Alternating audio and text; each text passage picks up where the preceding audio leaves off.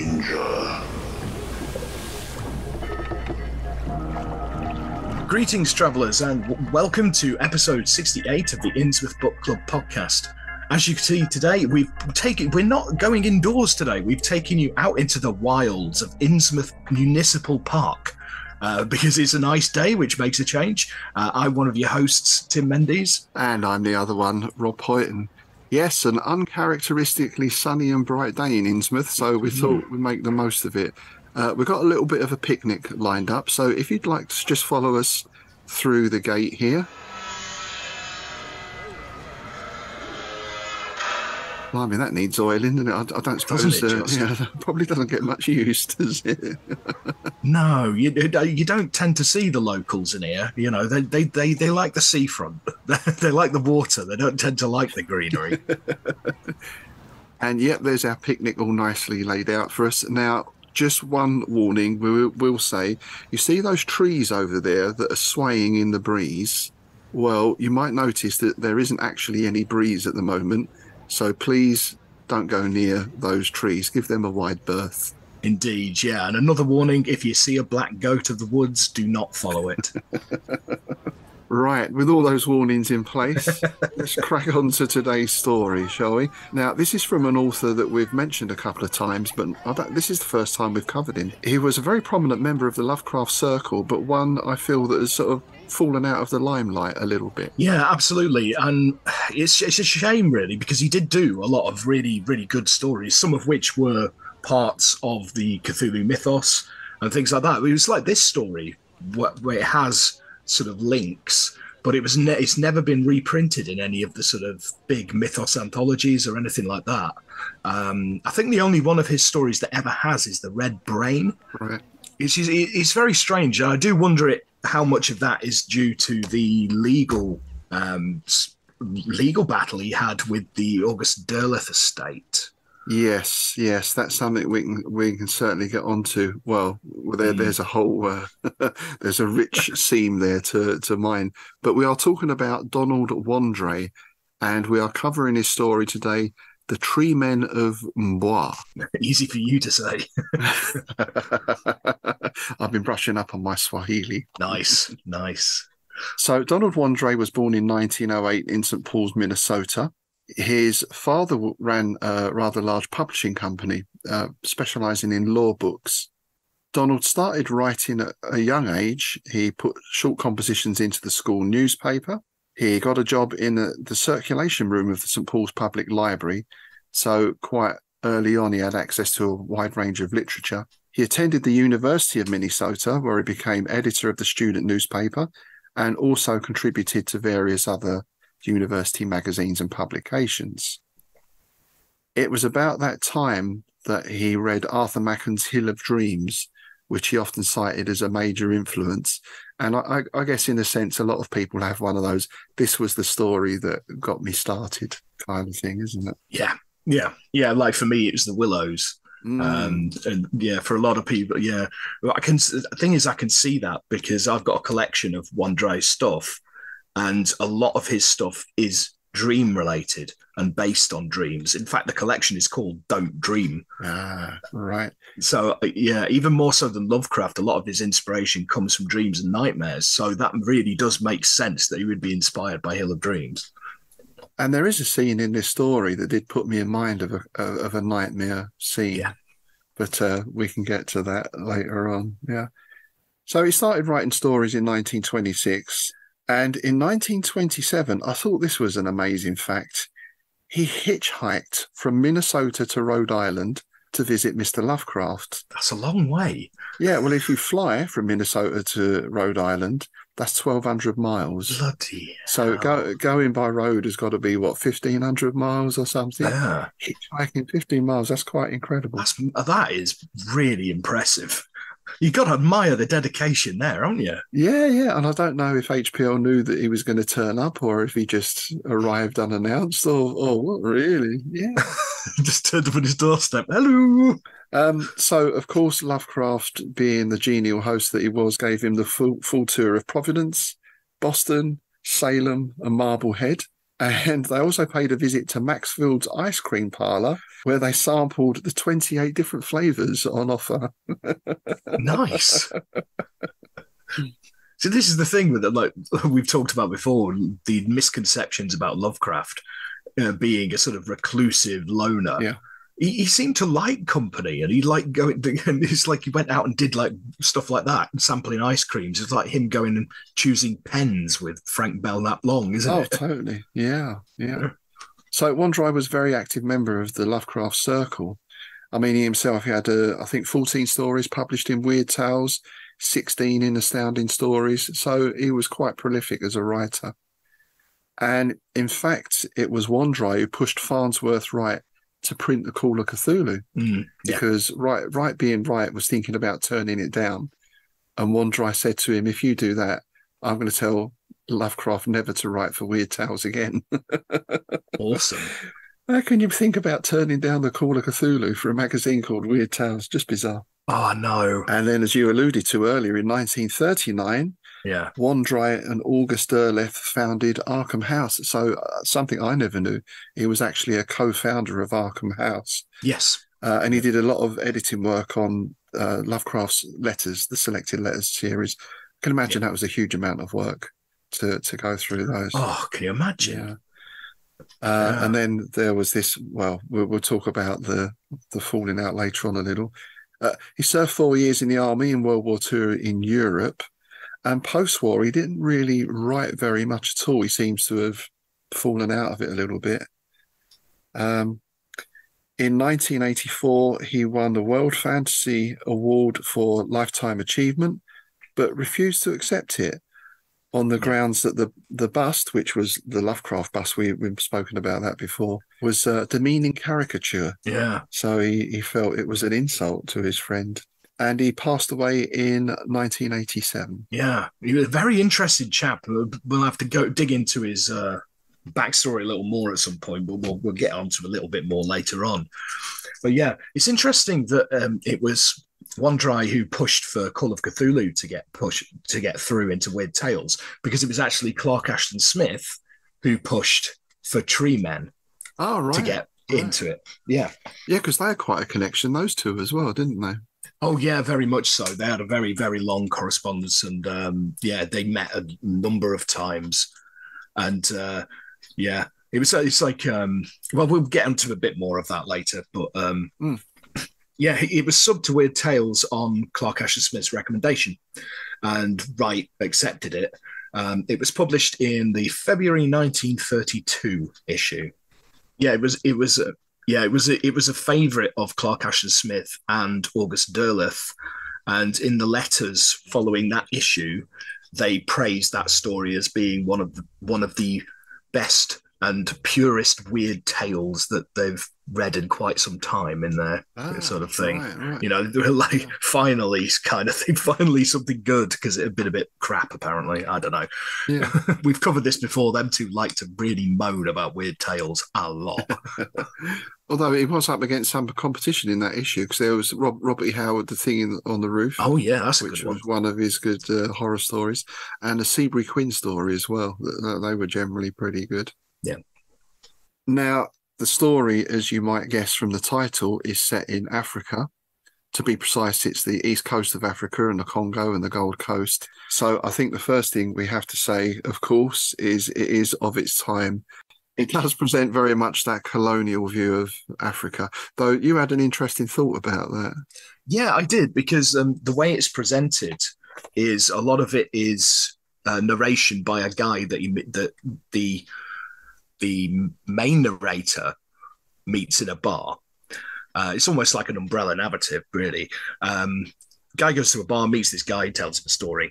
And this guy who's telling the story is basically your stereotypical colonial arsehole. And that's how he comes off. So I think it's kind of intentional, and that's how it felt to me anyway, that it felt like it was like, you're not supposed to like this guy. You know? Yeah, and it certainly has very much that language of the time, and the local people are incidental to the story, aren't they, really? There's nothing about them. And I thought it was interesting. So I mentioned to you earlier, I've just finished reading The Heart of Darkness by Joseph Conrad, which was written, well, not long before this, I guess, maybe slightly earlier. And again, Conrad comes across as very anti-colonial, but of course the language in the story and the people in the story have that view. And any sort of racism aside, I thought it's interesting how the jungle is always presented as this steaming mass of death and danger and poisonous creatures and almost, well, I suppose it is. There's no rules, is there? It's untamed, it's uncivilized. And yet, when you see jungle, I mean, I've never been to a jungle anywhere, I have to say, unless you count Epping Forest. You know, there's some places out in Norfolk that are a bit wild, but it never really appears to me like that. There's obvious dangers there, of course, but it always looks more like forest than jungle, particularly in Africa. Yes, yeah. It's dustier, isn't it? It's not like the rainforest. It's So I thought it was interesting, and that you can get into Robert E. Howard ideas of barbarism versus civilization and all that kind of stuff. And I guess that's part of the colonial experience where we go around the world and we civilize these wild places. You know? In inverted commas. Yeah. Yeah. So as you said, this starts in a bar. Man walks into a pub. And I thought this was a cracking opening line because this reeled me in straight away. "So you're after big game," said the legless man. "What's your route?" Now, straight away, the legless man. Yeah. So I suppose there might be a little pun there because they're in a bar. You know, that could be taken two ways. Indeed, yeah. But straight away, I've got this image of a guy sitting there with no legs. And you think, oh, what happened to him then? You know, it's a really nice little hook at the start. It is, absolutely. Yeah. The guy replies, "Generally speaking, up the Congo to its headwaters, then inland across the mountains of the moon to Uganda. And see, this is where he pauses, but I just want to bring it there. The mountains of the moon are near Rwenzori? I have no idea how to pronounce that. I apologize. It's Rwenzori, mountains of Uganda. The mountains of the moon is their sort of sobriquet. Ah, right. Because originally this was like a legendary mountain range that was thought to be the source of the Nile, mostly from the writings of Claudius Ptolemy, who was Alexandrian, one of those guys who was a mathematician, an astronomer, a poet, a physicist, you know, built model ships in his spare time, was a fisherman, chess player, one of those kind of guys. And I think it's just one of those things that passed into legend until they actually discovered the source of the Nile, which, I don't know, my history's terrible on Africa. I'm not sure. Well, there's another little trope, isn't there? The source of the Nile was discovered by whoever it was, Stanley Livingstone. Well, apart from the people who've lived there for centuries, one of those. Yeah, indeed. Yeah. And the source of the Nile is one of them things that's just constantly disputed anyway, because I think there's about 8 different sources of the Nile according to the modern theory. So this is where we get our first warning. Yeah. The legless man was glaring at me with a curious mixture of fear, hatred, and warning. The expression that fleeted across his face was so strange that I halted in the midst of my sentence. And this guy tells him, "Change your route. If you go across the mountains of the moon, you won't come back." Now, our intrepid narrator, who I don't think he's ever named actually, he's not, no. As a nameless narrator says, "Nonsense. I've hunted tigers in India, panthers in Indochina, and rubies amongst the headhunters of Papua. I'm not afraid of anything that walks. I like the hunted tigers in India because that reminded me of the Bonzo Dog Doodah Band song." Oh, yes. Hunting tigers out in India, which I'll put a link up to because it's splendid fun. Yeah. Interestingly, I had a song in my head all the way through reading this due to Mountains of the Moon. It is Supernaut by Black Sabbath. Oh, yeah. Oh, that's a good one. I'm going to climb up all the mountains of the moon and find a distant man waving a spoon. Yeah, we'll put a link up to that as well. We're all for a bit of the Bonzos and Black Sabbath. There you go. There you go. Quality. And I thought it was very nice the way he introduced this legless man who's giving him the warnings, because you think, Well, this could be just some random drunk dude in a pub, the sort of guy who says, it is the extra in the Hammer film. You don't want to be going up there. And it's that. Oh, yeah.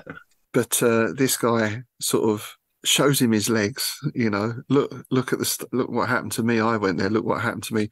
And I like the way the narrator gingerly felt his own leg as if to reassure myself that it was still sound. That was a nice little touch as well. Yeah, I thought that was a really nice touch. It's things like that bring stories to life for me, because it's stuff that you do. Yeah. It's like if somebody traps their thumb in a car door, right? You instantly clench your own fist, don't you? Because you go, "Ooh," sort of thing. It's like sympathetic sort of thing, And the man says to him, "Did you ever hear of the Angley Richards expedition?" And our narrator says, "Oh yeah, they started on pretty much the same route I'm following several years later, didn't they? Angley died of malaria, and Richards disappeared after some terrible experiences. Lost both his legs. It's you, isn't it?" Very nicely done, that. Yeah. The penny drops. Yeah, really well done. Yeah, so he introduces himself. "Yes, your memory's good. I am Daniel Richards." This comes to a shock to our narrator, even though he was sort of half expecting it. But I guess it's one of those things. You don't want to just randomly go up to some stranger in a bar and go, "Aren't you such and such?" And then go, "No, piss off,"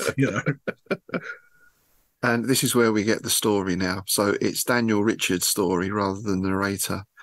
And he tells what happened on this expedition and how he ended up the way he did. Yeah. "Angley, like yourself, was after all kinds of game for museums.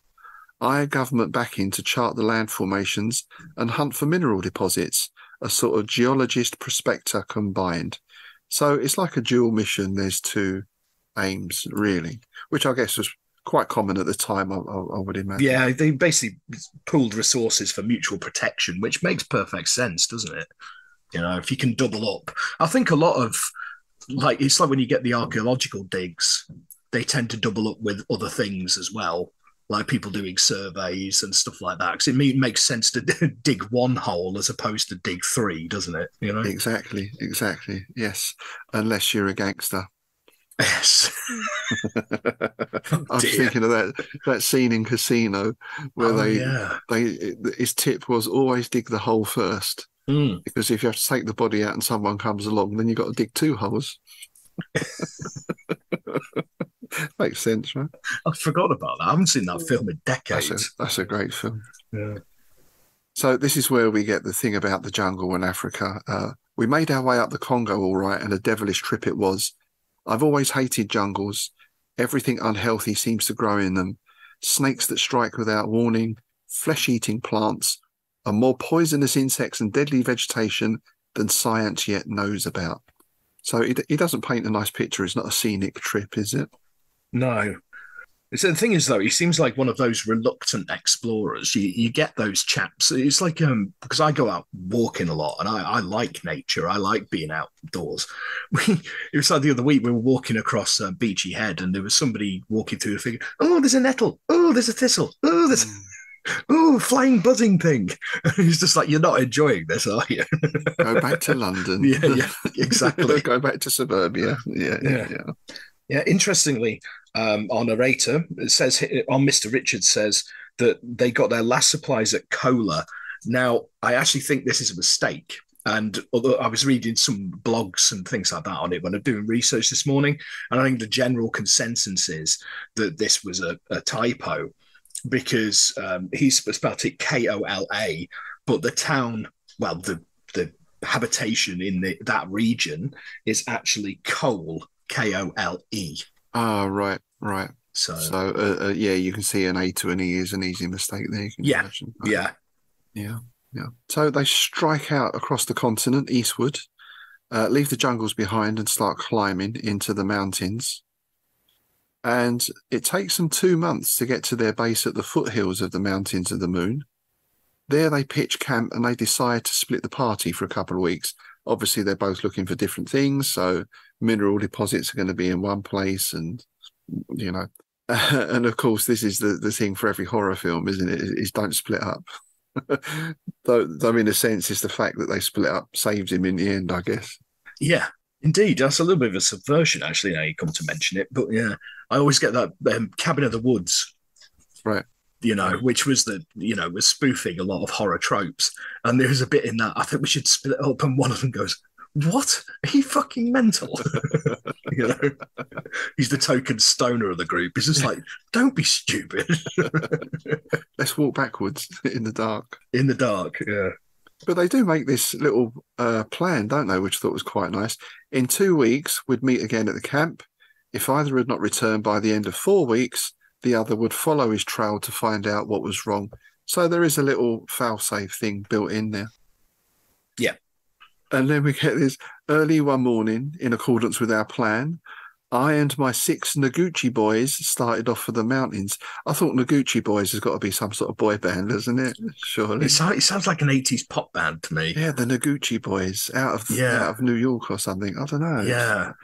I've not been able to find anything out about that word. Noguchi. No. I haven't got a clue if that was something he made up or he took for something.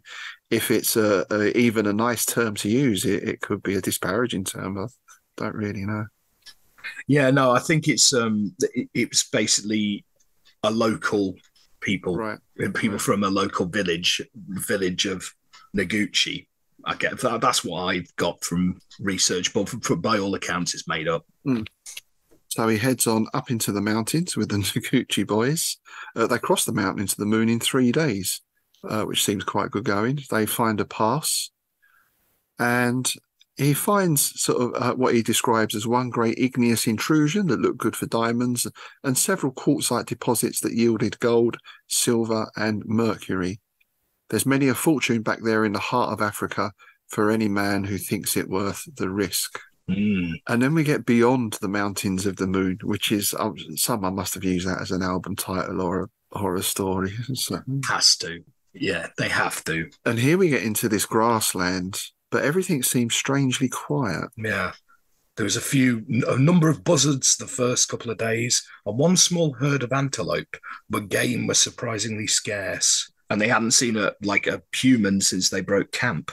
For me, this reminded me of a lot of Clark Ashton Smith's work, where they've crossed that Rubicon, haven't they? They've strayed off the path into this almost, this could be another liminal space, Yes. It's sort of this area. It's like things like the Plateau of Leng and all that kind of stuff, isn't it? It's all these places seem surrounded by a sort of barren waste, don't they? Yes. Where nothing lives, And the guides or the bearers are picking up on this. They're getting nervous, and they become very quiet as well. And then that afternoon, I sighted a low hill to the northeast and immediately struck off towards it. And this is where his problems begin. Yeah. And this is where this story gets real parallels with Robert Bloch's The Faceless God. Yes. Yeah. And to be fair, a few other things as well, right? Oh, absolutely. Because we're on that classic, the locals know better than you do. Listen to the locals. They know what they're talking about. But no. Yeah, it's just in the way it's set up. It really reminded me of that, because in that story, obviously, you got the pith-helmeted, unscrupulous explorer who's basically a douchebag by all accounts, yelling and screaming at his local guides to keep going, and they're like, nah, we're out of here, mate. And you've got pretty much the same thing here, that he cursed and swore at them, offered them money, and they're just like, nah. So they camped at the foot of the hill. He wakes up in the morning and they've done a runner. And they're gone. Yeah. Yeah, which is the same as what happens in the Faceless God. Yeah, yeah. Only this time they don't take all the stuff with them. Because he wasn't as much as an arsehole as that chap in that one. They do leave in some stuff there. Yeah. Yeah. And if memory serves me right, which it may well not do, wasn't the route of Ampoy a similar setup expedition into the wilds? Oh, was that's the Clark Ashton Smith story with the sort of Amazonian women, wasn't it? Yeah. Yes. Yeah. Yes, I think you're right. I think you're right there, yeah. I think they're the guides left him as well at some point. So, yeah, quite a familiar trope that.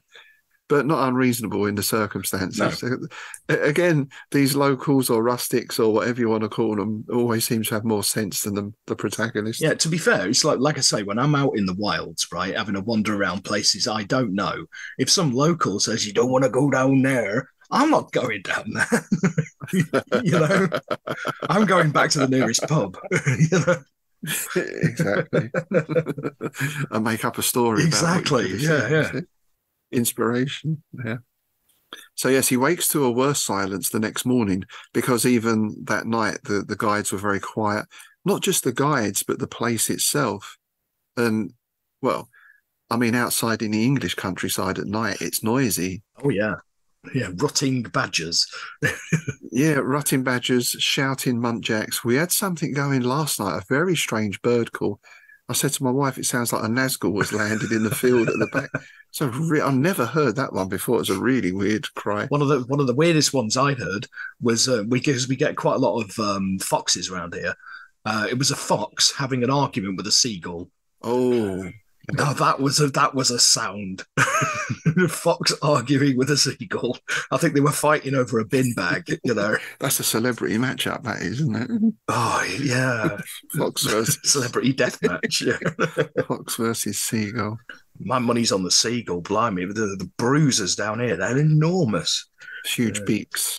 I wouldn't want to mess with them, I tell you. Well, I think that's what Tolkien actually based the Nazgul on. Seagulls. Brighton seagulls. That might not be true, but I like to think it is. Yeah. So it's a quiet night. When he wakes up, it's even more quiet because he's on his own. But being a plucky chap, he decides to press on anyway. He's got his rations. He's got his belt and pockets stuffed with cartridges, always important. Yep, indeed. There's a lovely line here. When you've become used to the big cats and roaring carnivores of Africa, silence hurts. That's nice, isn't it? There's a nice line, that. So he's still determined to head for this hill. And when he gets there, he gets a shock. A low circular valley stretched below me with the hill closing it all round like a ring. Perfectly flat it was, perhaps 2 miles across or less, and not a blade of grass in it. The soil was dirty grey, and in the midst of it stood a queer structure glinting red in the sun. So, first of all, we've got quite a strange, is this a natural geographic occurrence? I guess things like that can happen naturally. But the fact that the soil is grey, I started getting ideas of like almost like a crop circle, you know, or a spaceship landing kind of setup. Yeah, well, that feeds really nicely into what's in the middle of it. A queer structure glinting red in the sun. At first, I thought it was a pyramid. Then I could have sworn it was an obelisk. Next moment, it looked like a sphere. I rubbed my eyes and looked away, thought of what I knew about mirages, then looked back. And there was the thing, shining with metallic red and never looking the same. That's a real nice touch, isn't it? It's a great image. Yeah. That's your non-Euclidean alien science, because I'm assuming this is alien because of what happens later on. Well, yeah. But you can't even really make out the shape of the thing. Is that alien and unusual? Or perhaps it is some sort of predator cloaking type device going on or something. Possibly. Yeah, no, I think it's definitely, just something that our eyes can't perceive because it's, non-Euclidean. It reminds me of like 60s Doctor Who. You get a lot of them kind of images of things, almost mirage kind of. Yeah. Well, it was the visual effects of the era, wasn't it? The only thing they can do with the camera is make things look a bit weirdly shaped with the focus, you know. Turn the colour right up and the saturation right up. Yeah, exactly. The howl around effect. Yeah. But this isn't the only strange thing, because something else gave me the shock. All around it grew a row of trees, maybe 20 of them or more. The trees varied in height, the tallest one at my left graduating to the smallest at my right. And every last one of those trees looked like a man standing guard. And one thing that got me about this was, that's weird enough, but the tree furthest left is 100 feet high, which is a pretty tall tree. Yeah. And he gets these impressions. I mean, you instantly think like Ents, right? Yeah. Sort of men in tree form. You know, he doesn't go overboard on the description, but you get enough odd things to make it sound like, yeah, these aren't trees. They're not natural trees. There's something else. Well, it's like the folklore over in this country, isn't it, about the witches in is it elm trees or ash trees? I can never remember. Or yew trees. It's yew trees. Yeah, you sort of tangle, you know, the ones with all the weird tangly limbs and all that. Oh, right, right. I mean, it's just something that I've used in stories myself. Is, you know, creatures like imprisoned in trees and things like that. There's a rich seam of that in weird fiction, isn't there? Oh, yeah. Well, you can think The Ash Tree by M.R. James Yes, indeed. is a prime example, where the tree itself there is more of a vessel, isn't it, or a home for, well, we won't say what lives in it or underneath it in case you haven't read it.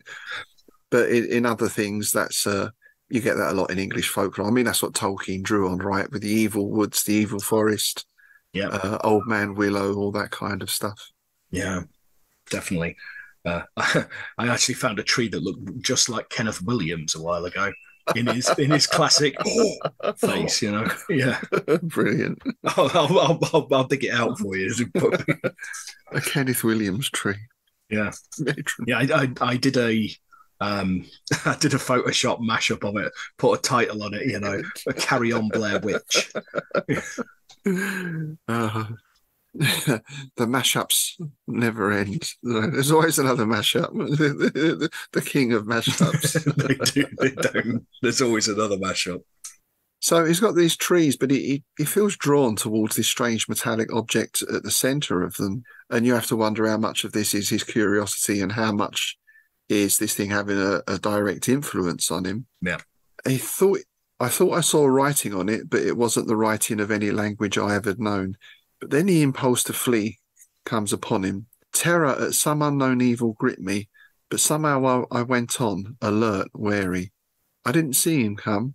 Maybe he was behind the trees or that wavering metallic structure. I don't know. But there he was all of a sudden, not 50 yards away. And he gets this horribly wrinkled old man with a pasty face and a blank look in his eyes coming straight at him. That was like a nice little jump scare in a film, that would be, wouldn't it?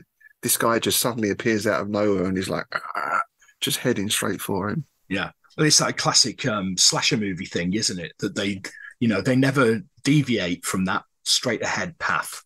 And they just walk, and they never run. They just walk really quickly. There's something really unnerving about that. If somebody does that in a crowd, like just walking up to you really quickly, it sort of puts you on edge for somebody. It's usually somebody with a bloody flyer, or can I ask you a question? Can I ask you some questions about it? A chugger. Yeah. So, of course, being the good chap that he is, you remember, he has pockets full of cartridges. He gives the guy a warning, then gives him both barrels full in the chest. No effect. This is when he decides to turn and run. Yeah.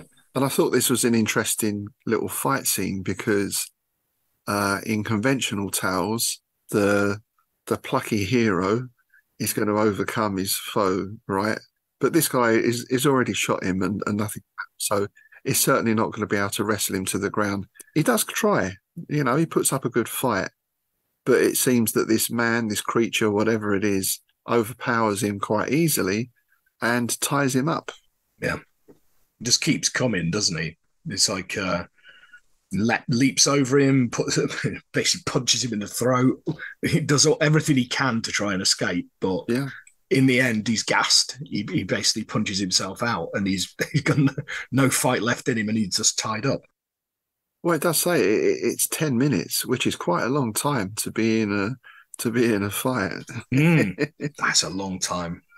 So he's tied up, he's laying on the ground, gulping for air, and the thing walks jerkily towards and into the whirling red structure. In a minute, it came out again and over to me. I saw gleaming knives in its hands and other objects. Yeah. This gets quite nasty now, doesn't it? It does. It really does. Because he thinks the creature is just going to stab him. He thinks that's his lot. But no, it's a fate worse than death. Yeah. He basically holds him and pours this sticky liquor down his throat that seemed to burn and scald like fire, then afterwards freeze and congeal the blood. So yeah, he's been slipped a Mickey. But, yeah, basically pours this down his throat, and then the revenant, I guess, for want of a better term, cuts long slits in his legs, and then busies itself with other objects. And this is where he sort of passes out. You know, the liquor takes hold, and he's given a merciful oblivion. And this is the impression you get of some sort of surgery going on here, isn't it? The way that's written. Oh yeah, he's not just slashing at him. It's all very precise and with purpose. Yeah, very deliberate, isn't it? Yeah. So he wakes up and is quite literally rooted to the spot. It even requires a Herculean effort for me to open my weighted eyelids. I always like that phrase, Herculean effort. I don't know. It just yeah. So when he wakes up, my legs were rooted to the ground. I was one of that circle of tree men. How long I remained in a daze of horror, I don't know. Something snapped finally, and I waved arms that were ponderously stiff, feebly around, screamed myself hoarse, wore myself out trying to move even an inch. I stopped only when the blackness of shock and exhaustion swept over me. Yeah, it's here now that we get another character comes into the stories, another one of the tree men. I wakened again to an inarticulate whisper. Had my ears deceived me? I listened intently. Stranger, can you hear me? My time is almost up, and I have waited long. So now this second tree man explains the true horror of the predicament that he's in. Yeah. And I thought that was nice as well, because earlier he did mention something about as he got closer to these trees, he got the impression they had human eyes. Yes. Which, again, it's not fully described, but it's just enough to give you a feeling of not natural. Again, This is something quite horrible. I think anybody who's walked in the woods for any length of time will have seen a knot on a tree that looks, uncannily sort of sentient. Yeah, it looks like a face or something. Yeah, you see that pareidolia kind of effect, isn't it? Yeah. And yeah, this tree man explains, this is no nightmare, it is living death. We are the tree men of Mbois. And then you get that classic question you get in a lot of weird fiction, particularly time travel stories. What year is this? Indeed. Yeah, and he tells him, and the tree man replies that he's been there for 20 years. And he's the most recent. So that doesn't give people give them a lot of hope, does it? No. And he says, I tried to warn you, but it was too late. So again, that's a nice touch of horror, isn't it? Where you're in a position. Again, this is what struck me about that idea of the nightmare. You've got that chase. You've got something that totally overpowers you. You fight back, but you're just totally overpowered. And then this other idea of screaming and shouting a warning at someone, but you're mute. They can't hear you. They can't see you, So what do you think of this? Because this tree man says, my time is almost up. And he seems to be sort of drifting in and out of consciousness almost, or being there. And the guy says, I knew he was going fast, that consciousness would soon leave him forever. So is this a deal like, as one dies, you have to replace him? When a new one turns up, you can die kind of thing? Oh, that's interesting. I hadn't thought about that. Yeah. In which case, you wonder why he would have been warning him. Yeah. Come closer. then I can die. Or is it just a case of good or bad timing on this guy's part? It's just happened to turn up as this tree man is passing on. Yeah, I think it's more likely to be that, to be honest. But I like the idea of that. Because that way the tree men could try and coax people in. It seems there's not a lot of footfall in this area, is there? No, that's true. That's true. That's why it's been there 20 years. Yeah. But this is where we get the backstory of Mbois, which is the name of this, of his assailant, the guy or person who tied him up. And yeah, like you said, a revenant, really, because he's been dead for centuries. Yeah.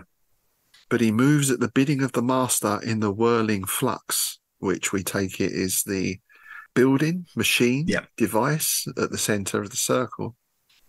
And he knows this because he was told this by another tree man before him. So this story gets passed on. Each time someone turns up and gets turned into a tree man, they get told the story. And of course, he asks who is the master. I was having sort of Doctor Who things here as well, obviously, with that name. Yeah, exactly. Of course. Yeah. I do not know, came the slow response. No one has ever seen him. He came to Earth in the days before Rome, before Egypt or Babylon. He is of a different universe, a different dimension, and he dwells in the whirling flux. I know not why he waits or for what. He who has communion with the entities older than the Earth and titans that strode across the stars before Mu had sunk or Atlantis risen. So there's our double cosmic thing there, right? It's from another place, another universe, yeah. But that sense of time as well. This goes back eons. Yeah, I thought this was interesting because obviously, it's been described as a pyramid. There's been a mention of Egypt. My mind instantly goes to old Nyali, right? And I was looking into this, and apparently the tree men has been used in Chaosium, in Malleus Monstrum and Secrets of Kenya for Call of Cthulhu. They've used the tree men of Mabwa. But it's also crops up in the additional content to the Masks of Nyarlathotep.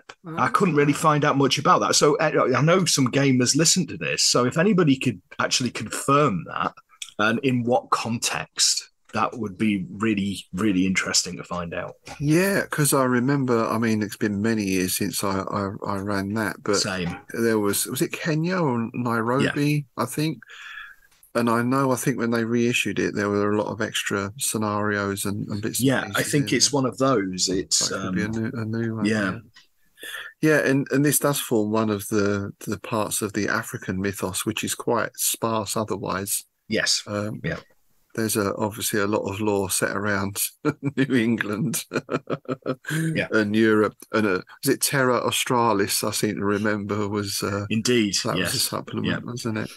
Yeah, and there's also been like anthologies like Cthulhu Down Under and stuff like that. Yeah. The Great White Land is another one, I think. Right. And the Arctic, Antarctic, of course. Well, yeah, of course. Even Lovecraft did that. Yeah. There's been actually quite a lot in the jungles of the rainforest as well. Usually involving Yig. Oh, right. I was like, and Amigo as well. Didn't have a base in Peru or something in the mountains? Was that? I think so. That's almost what I was kind of expecting with this, to be honest. For some reason, I had the Mountains of the Moon reminded me of South America. Ah, yeah. And Migo mines with the talk of the gems and that as well. Yeah, that's interesting. Yeah. Yeah, it's the Arkham Horror living card game. And I think there's a Mansions of Madness expansion about Yig that are set in the rainforests and stuff like that. So, yeah. And this is where we learn, talking about that time thing as well, that the first tree man was an Atlantean, the next an ancient Egyptian, and the third a Roman exile. That still leaves quite a long time for all these other ones, doesn't it? So it does, yeah. But what are we looking at between each one? 100 years or something? Longer than that, really. From Atlantis to Egypt to Rome. I mean, that spans quite a number of centuries, doesn't it? Yeah. Interesting. My brain, because obviously video games, my brain started thinking about Assassin's Creed. So basically, you've got all the like the characters from the Assassin's Creed games turned into trees, because it's the same sort of, it's the same eras. Well, they're the classic eras of fiction, aren't they? Each of those, I guess, in a sense. Yeah, of course. Yeah. Yeah. And he tells him a little more about Mbois. It is he who gives the paralyzing drug and makes the incisions and bridges the gap between animal and vegetable kingdoms, which is quite worrying. But it is the master who directs, the evil old one who came down from the stars in years beyond reckoning. That's straight out of Cthulhu, isn't it? That description. It's brilliant. It's classic mythos, isn't it? And this was quite poignant as well. His voice trailed off. I think the effort of speech after so long a silence cost him what was left of his mind. He never spoke again. So we're not sure if he's actually died or if his mind has just gone. He's just not there anymore in that sense. Yeah. So the next bit reminds me of my time at work when I had a proper job. So the days passed, heavy, monotonous, only a dead grey expanse and a curving hill to look at, only the silent tree men for companions. I worked in an office in central London. I won't name the company, though I don't think they're still in business. But we were in like a basement office in central London, and there was, I think, about 8 of us working on computers, and we had a lovely big window in one side that looked out on a brick wall about 4 feet away. So that was 2 years of my life that I'll never get back. But anyway. You occasionally got a scenic view of a cat or a dog going down there to take a slash. The only good thing about that job was shopping at lunchtime because we were just off Tottenham Court Road. So. Oh, right. But yes, tree men and women. Yeah. Mm. Yeah. Rooted to their chairs. There's a story in that. Oh, that's good. Yeah. Like a plantation. Yeah. Oh, yeah. It's writing itself, isn't it? So he falls into this sort of non-existence, doesn't he? He can't move, he can't go anywhere, he can't do anything. There's no one to speak to. And he feels that sluggishness gradually increasing. Yeah, he's got a sort of internal conflict going on because he's sort of going delirious about this point. And again, it's where you get that sort of dream-like narrative going on. But he's thinking on one half, he really wants Anglia to come. Yeah. But he knows that if he does, he'll probably end up being a tree man as well, so he doesn't. And he tries shouting at the other trees, but none of the others are talking, and he assumes they're totally gone as well. And he sort of has this period of, I suppose, madness, you call it, really. The sight of what I was, the knowledge of what I was to become, lay like a monstrous worm gnawing inside me. He has some lovely turns of phrase, doesn't he, Wandrei? Yeah. Yeah, that is good. That is good. And he even thinks he starts hallucinating because he sees Angley, faithful Angley, approaching. I wept with happiness, watched him with pathetic relief. But then he realises, no, this isn't a dream. And of course, he starts shouting at Angley, don't come any closer. Yeah, run away. And of course, out comes Mbois. It's like a little sort of cuckoo clock kind of thing, isn't it? It is a bit, yeah. Do you know those great ones you see where death comes out and slides down the person? Yeah. One of those sort of gothy cuckoo clocks. Yeah, there was one in a local pub in Macclesfield. It was an old fisherman's one. And you had like a woman come out one side and a man in a sou'wester come out the other side. And he wallops her with a fish. It was really weird. That sounds very Innsmouthian. Yeah. It was almost like the Monty Python fish slapping dance, you know. It was just surreal. I remember the first time I saw it, I was like, did I just imagine that? That's more interesting than a conventional cuckoo clock. Oh, yeah, definitely. So Angley, being a stout chap as well, of course, gives Mbois both barrels. No effect.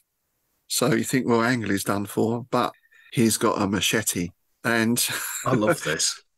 Really, without any ceremony or anything else. Yeah, I saw Angley's hand swoop to his side, and as the marching horror approached him, a blade flashed high in his arm, and with a terrific sweep, he decapitated Mbois.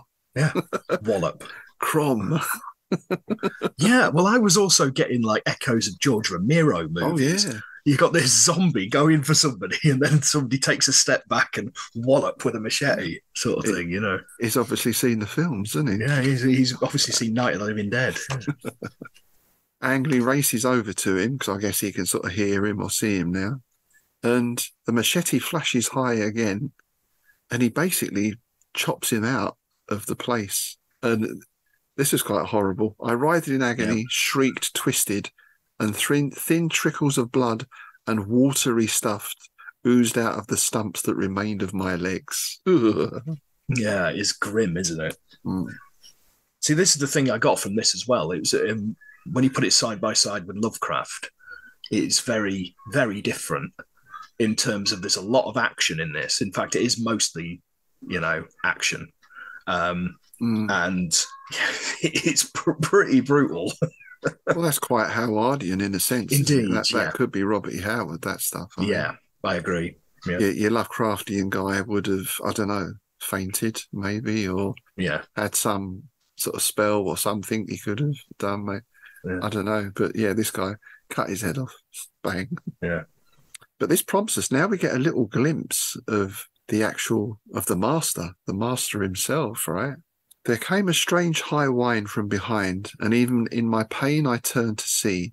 The red flux had come to rest, and out of it issued the titanic lich that haunts my dreams, with its tatters of vaporous flesh and the flapping black streamers that whipped from it as it towered to the skies above, and yet sprawled over to Umbois and set the dead head back on the dead shoulders. Then it was gone. Yeah, that's a really, really good striking image, isn't it? Yeah. The evil old one who came down from the stars in the days when the world was young and the red flux was in its sickening dimensional whirl, and there was Umbois, stiffly striding after us. Yeah, brilliant.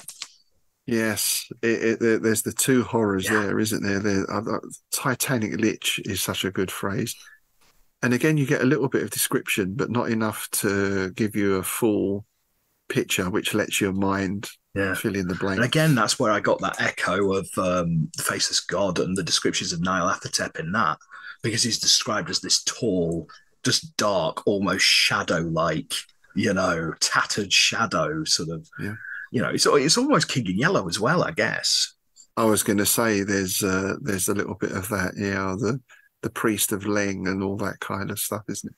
Yeah, there's a bit like the Court of the Dragon. It reminds me a little bit of that and things like that. Yeah, they all seem to be interrelated, these tattered entities. Indeed, yeah. Either that or they just need a good tailor. I'm not sure. But is it their clothes that are tattered or just the fact that reality is warping around them? There's the question. Oh, yeah. I like that. There you go. That is a good question. I don't have an answer. No, I don't. That's the great thing about it. Let us know, listeners, what you think. So Umbois is back up and stiffly striding, again, like the zombie thing you said before, very much that zombie image. Yeah. And he says, drop me, save yourself, though he's got blood and foam forming on his lips. But Angley is a bit of a hero, this guy, isn't he? He's doing really well. Oh, yeah. He's still carrying his friends. He takes great leaping strides up the hill slope. But the foul horror was closer, racing like a fitful wind, tireless as a machine. So what does Angley do? He does it with the machete again. It worked once. Yeah, it whirls around and wallops it again. This time he does it from neck to navel, doesn't he? Bisects him down the middle. Yeah, that's real Robert E. Howard stuff, isn't it? Cleaves him, in twain. Yeah. Not a drop of blood anywhere. Yeah, livid raw flesh from a frightful wound.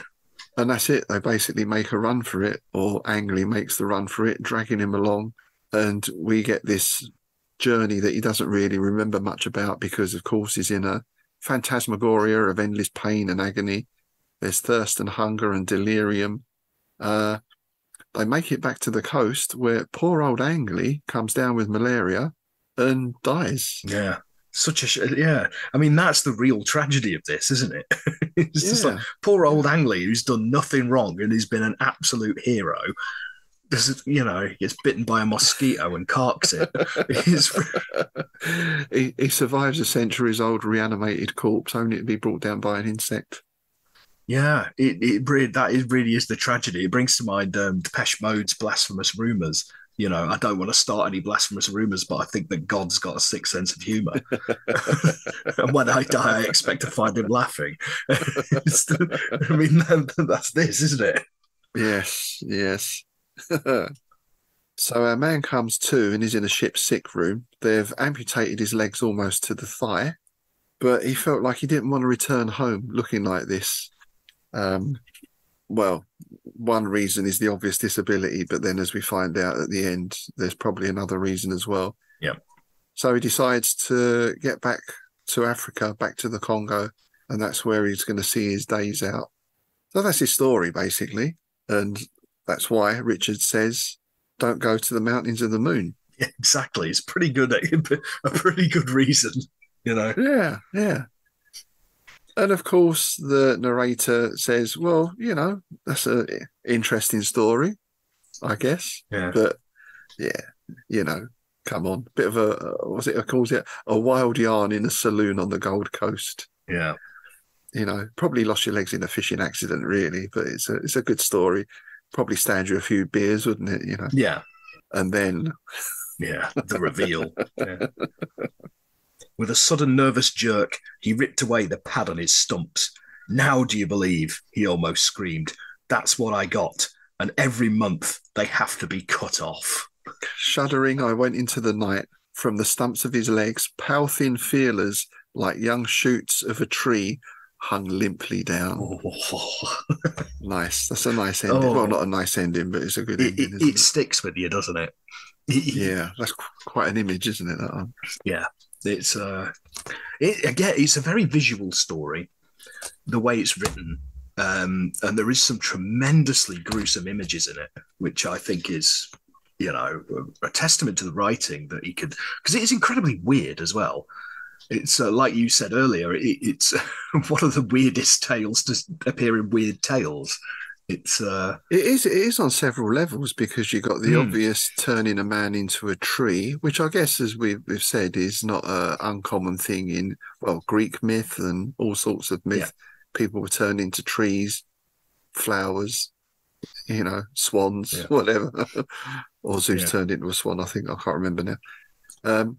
And then we've had people turn into stone, right? We've had the Gorgon we were talking about on Strange Shadows the other week. Again, Greek myth. Yep. So people being transformed into something else is not unusual in that sense, but this is done scientifically. This is like an operation. Yeah. So this isn't like a curse or something. The guy who does it has got instruments. He's got scalpels and little forceps, and I almost imagine him taking a little seed out of a test tube and putting it in his leg. And yeah, you know, there's a procedure. And it's the fact that this procedure is being carried out by a zombie surgeon, who's in turn being directed by an evil by like an abominable lich from the dawn of time, who lives in a whirling flux. Weird upon weird, isn't it? It is brilliant, but it never takes you out of the story. You know, it all feels cohesive. It's a sort of a mashup of a few different genres, because again, that's a science fiction story, or science fiction, as they would have called it then. There's nothing supernatural in any of that at all. Yeah. The master is from another planet or another galaxy. He's in this machine, whatever it is. Or is it a portal? Could be, yeah. Yeah. See, this is it. I mean, we don't know. That's what I really like about it. And the fact that it's not really, he's described as an evil old one. You get that connotation, great old ones sort of thing. And you get that cosmic, but he doesn't go into any more detail. He doesn't name it or say, this is bloody blur from blah, blah, blah. It's, you know, I like that in weird fiction, that it lets you fill in some of them blanks. It's like, but what is the purpose of the tree men? Are they sentinels? Is it a warning, or is there some other purpose? Yeah. Are they a life force feeding this flux? You know, there's a lot of questions, and I think the real strength of it is that it keeps you thinking after you've read it. Yes, absolutely. Yeah. And now you come to mention it, the name Whirling Flux, that sounds more like a portal. Yes, because flux denotes change, and whirling is almost that like a black hole, or your stereotypical portal you see in any film. Yeah, there's always some sort of movement going on, isn't there? In it, normally like a circular movement, like a whirlpool, a spiral. Yeah. Well, it's like Junji Ito Uzumaki, isn't it? It's vortex spiral. Yeah. And then exactly why is this happening? Because it's not happening that often, because no one's coming here. No. I suppose the people he's got there, you've got some earlier people from outside, and then there's probably a few locals, but they quickly learned not to go there because they've abandoned the place. So how did that last guy get caught? And is that last guy, is he speaking English if he's talking to him? So was that another explorer perhaps or something? Well, that's another question that I had. Because he said he tried to warn him, but he couldn't hear him. But now he can hear him. So are they talking tree? I mean, you know what I mean? I think, to use Tolkien, are they talking Entish? Oh, yes, and yes. Exactly. Yeah. Perhaps they're barking at each other. Oh, matron. Oh. Oh.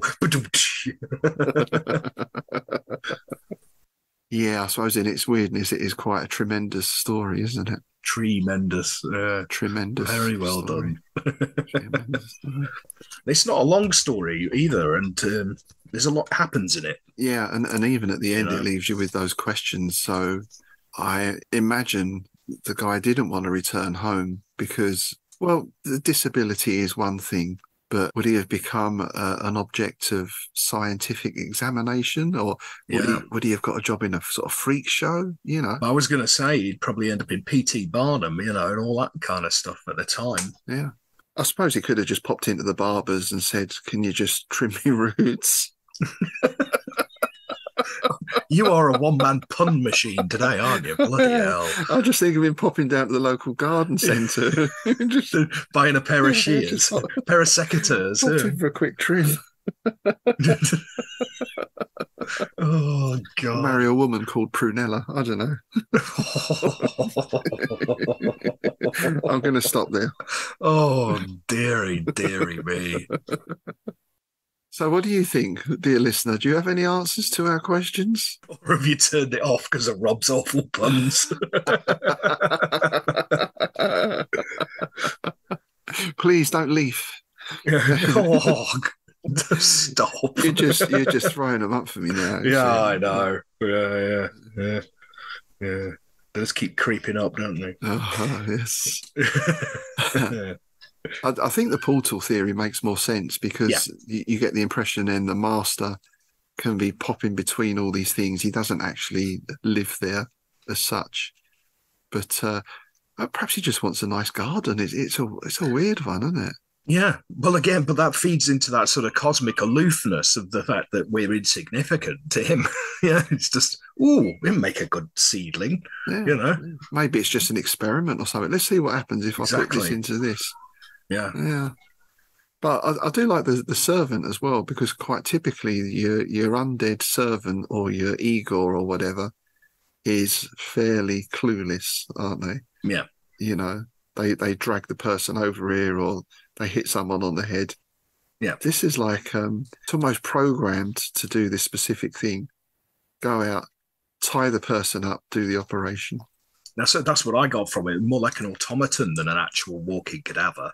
It's is there anything of the original guy in there, or is it just his body that's being used as a puppet? Yeah. And putting his head back on was quite a neat touch as well. Oh, that was a great image. A little right hand thread. Yes, I can see that. I can see like the master character almost sort of glitching across. He's phasing in and out of a reality, sort of. You know that effect they do in films and video games where they sort of jump and glitch. A bit like the what's-her-face at the end of The Ring, when she comes out of the well kind of bit. There's that glitchy sort of movement. And then picking his head up and putting it back on before vanishing. It's it's a striking mental image. But again, this one would be a good candidate for a TV adaptation, wouldn't it? That's a nice sort of 45, 50-minute story you could put in there. Yeah. A little bit of padding out, perhaps, Yeah. Well, I suppose you could basically, what you do is you just have some interaction between the two characters as they go in there, and then they can convey the prose in dialogue, show us rather than tell, Yeah. Excellent. Well, that's our first Donald Wandrei story, and I'm sure it won't be our last. Because, he was a prominent member of the Lovecraft Circle. But as we alluded to earlier, there are also some difficulties arose between him and was it Derleth himself or was it the estate? No, Right. It was the estate. It was after August Derleth's death, and it all comes to the ownership. It all comes down to the ownership. It was basically to the rights of the ownership of Arkham House and the copyright and things like that. Yeah, basically the case was Wandrei versus Derleth Estate. Right. And it was basically the disagreement was with Forrest Hartman, who was in charge of the August Derleth Estate after he died. But in the edition that I have a book called Don't Dream, which is the collected horror and fantasy fiction of Donald Wandrei, which collects, well, like I said, all of his fantasy and horror stuff. There's a couple of dozen short stories, and then there's a bunch of prose poems, essays, some marginalia, that kind of thing. It's also got some illustrations that Donald did, one of which of the Tree Men of Maubois. But the afterword is basically a study on Donald Wandrei, August Derleth, and H.P. Lovecraft by D.H. Olson, who is one of the editors of this volume. And in that, it contains the transcript of Donald Wandrei's affidavit, which starts with a bit of biographical information, but it goes through all of his dealings with H.P. Lovecraft, some meetings with him, Smith, and people like that, and how Arkham House was formed, and all the rest of it. And there's a lot to unpack in it. So what I think we should do is because there's a lot of stuff with Clark Ashton Smith and things like that. So for another bonus episode, I think we should look at this affidavit, because there is some really nice sort of bits in it, even though it's a legal document, if you know what I mean. It's it's autobiographical, and it's some really interesting stuff. And we can dive into the legal battle in more detail there, because it's a lot to get through, to be honest. Yeah, that's cool. We'll put that out as our next bonus episode then for patrons. Yeah, I'd be interested to delve into that. Yeah, and I would recommend anybody who's interested in Wandrei's work to pick up this. There is a companion volume, which is his famous mythos novel, which was put out by Arkham House, The Web of Easter Island, and it's been released under its original title because it was renamed for that edition, and it's the original uncut version that's been put out, and it's called Dead Titans Awaken. And that is also it's a classic for a reason, right? It's a classic bit of mythos literature for a reason. That's a good name. That's a good name. And I do feel he has been left out a little bit. I mean, we mentioned that addition into the Call of Cthulhu gaming, but you almost feel that's partly because there's something African we can put in at last, you know. Yeah. And it was not a name back in the day I was familiar with, whereas Frank Belknap Long, even I knew, Henry Kuttner. Yeah. But I'd sort of seen the name around, but never read any of his stuff. I guess maybe it was sort of difficult to get hold of back then. I think that was the biggest issue, because like I said, it's like that story now is recognized as sort of like a classic of mythos literature, right? Yeah. But for many years it was kind of either forgotten or ignored, and it's not been put in any of the major anthologies. Whereas like people like Howard and Block and Long and all them guys, they're all in Tales of the Cthulhu Mythos, New Tales of the Cthulhu Mythos, Tales of the Lovecraft Mythos, or all of these anthologies, they're in there, and Wandrei isn't. And it's not. That's a very good point. Yeah, because I think you discover a lot of those authors through those collections. That's exactly how I discovered a lot of them. Before the internet and the access to like the archives of weird tales and things like that, I was relying on what I got in these paperbacks from the local bookshop, like the old Graftons and Panthers and all that. I was relying on them to introduce me to authors. And even new authors, right? Because Ramsey Campbell and so on and so on. Ted Klein, all those people, again, were in one or more of those anthologies. Indeed. So it does seem very strange that it's left out. Whether that's an aftershock of that litigation process or something, who knows? We'll discover that when we look into that for the bonus episode. Indeed, yeah. I'm going to do, because I'm intrigued myself, so I'm going to do some more reading into that and try and find out if there was any reason or if it was simply an oversight. Yeah. And it does make you wonder what else is out there, doesn't it? As we've said before. It does. It really does. That's another project for another day, but definitely looking at forgotten authors will be another podcast, perhaps. If anyone wants to start that, then do feel free. We've got enough work on as it is at the moment. Well, it's similar to that episode we did with on the women's weird, where we chose two forgotten authors of women's weird fiction. Maybe we should do that forgotten, just another episode at some point about another couple of forgotten weird authors. Yeah. Weird authors. Yeah. Okay, so that's it for the Tree Men of Mbois. I'm sure you'll be glancing around at the trees here in a new light now. I see those ones over there are still moving. Are they getting closer?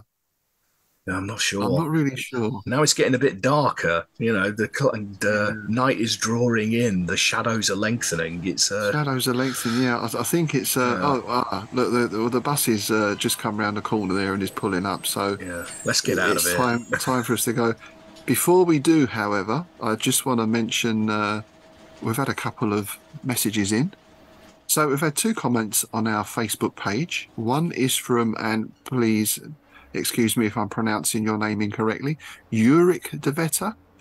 And Uric writes, love the film. This is referring to Dagon, which we covered last time, of course. Love the film and have rewatched it a few times. Not sure if you mentioned this, but I like the fact that the town's name in Spanish literally means in mouth, more or less. Yes, in boca, indeed it does. I believe it was shot in Spain mainly for budgetary funding reasons.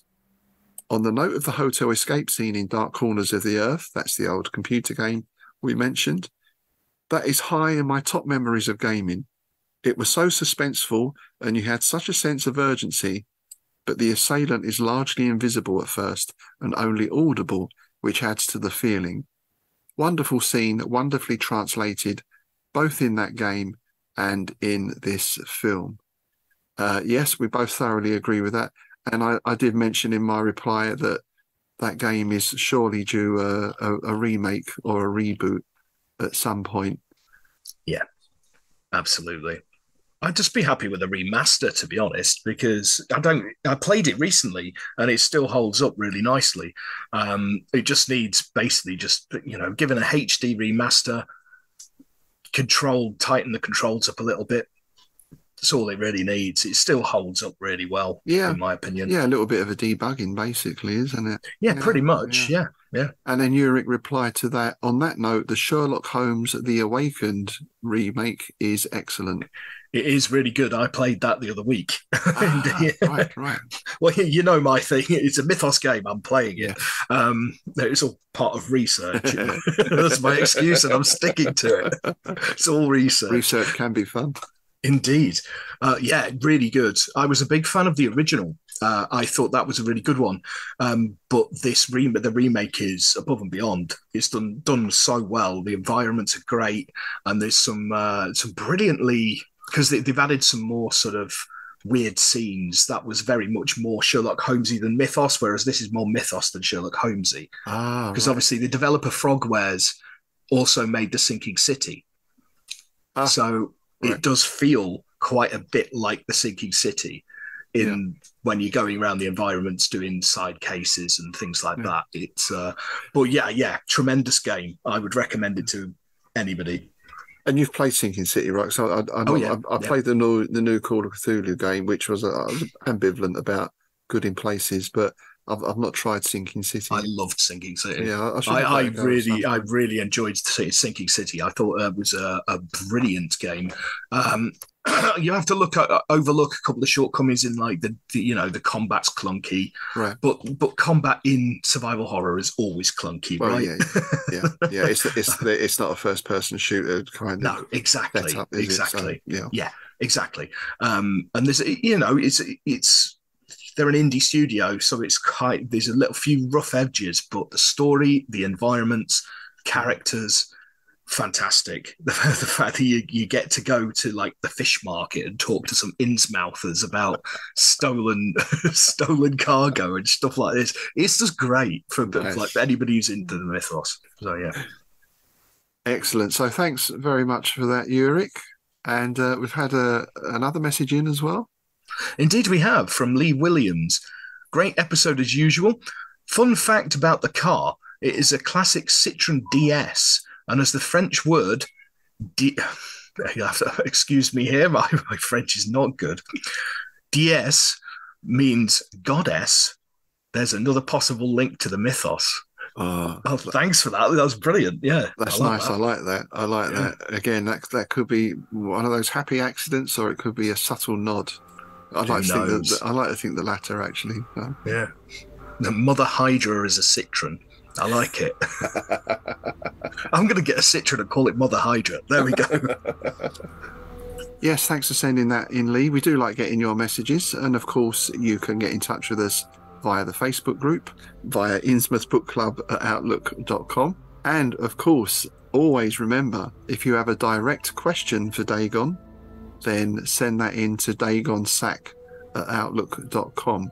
We didn't want to bring that out into the open today, but Dagon Sack wouldn't fit in the picnic basket. And it'd scare the children over at the playing on the swings over there. Well, I think they're children. I'm not sure. They're quite gallows shaped, actually, rather than swings. Now I come to look at them, but yeah. Less said about that, the better. Time to leave, I think. Time to leave. Indeed. So yeah, please do get in touch and let us know your thoughts, any comments, suggestions, corrections. We're happy to hear. And we mentioned the bonus episodes there. If you want access to our bonus episodes for Innsmouth Book Club and Strange Shadows, you can sign up at Buzzsprout at our first tier of membership, or on our Patreon page at three tiers of membership. You also get a quarterly copy of Innsmouth News, and if you come in at the higher grades, you get the chance to come on the show as a guest, either to stay at the hotel or just to come in and have a chat with us. And in fact, we're going to be planning a patron chat very soon as well. We'll be putting that out as a bonus episode at some point. So let's make a run for the bus. Just one other thing quickly before we go. I believe we're back at the hotel on our next excursion. Indeed, we're going to be joined by another esteemed guest. We're going to be joined by writer Simon Bleakin, who is also going to be one of our guests at the Innsmouth Literary Festival. Yeah, Simon's a great newish author and has written some fantastic stories. Really enjoy his writing. So we're looking forward to having a chat. Yeah. So thanks for listening, folks. Thanks again to all our patrons and supporters of the show. Please like, subscribe, share, tell all your friends about it. Put notices up on trees. Tell the trees. Let the trees whisper to other trees. whatever it takes. And with that, it's goodbye from me, Rob Hyton. And it's goodbye from me, Tim Mendes.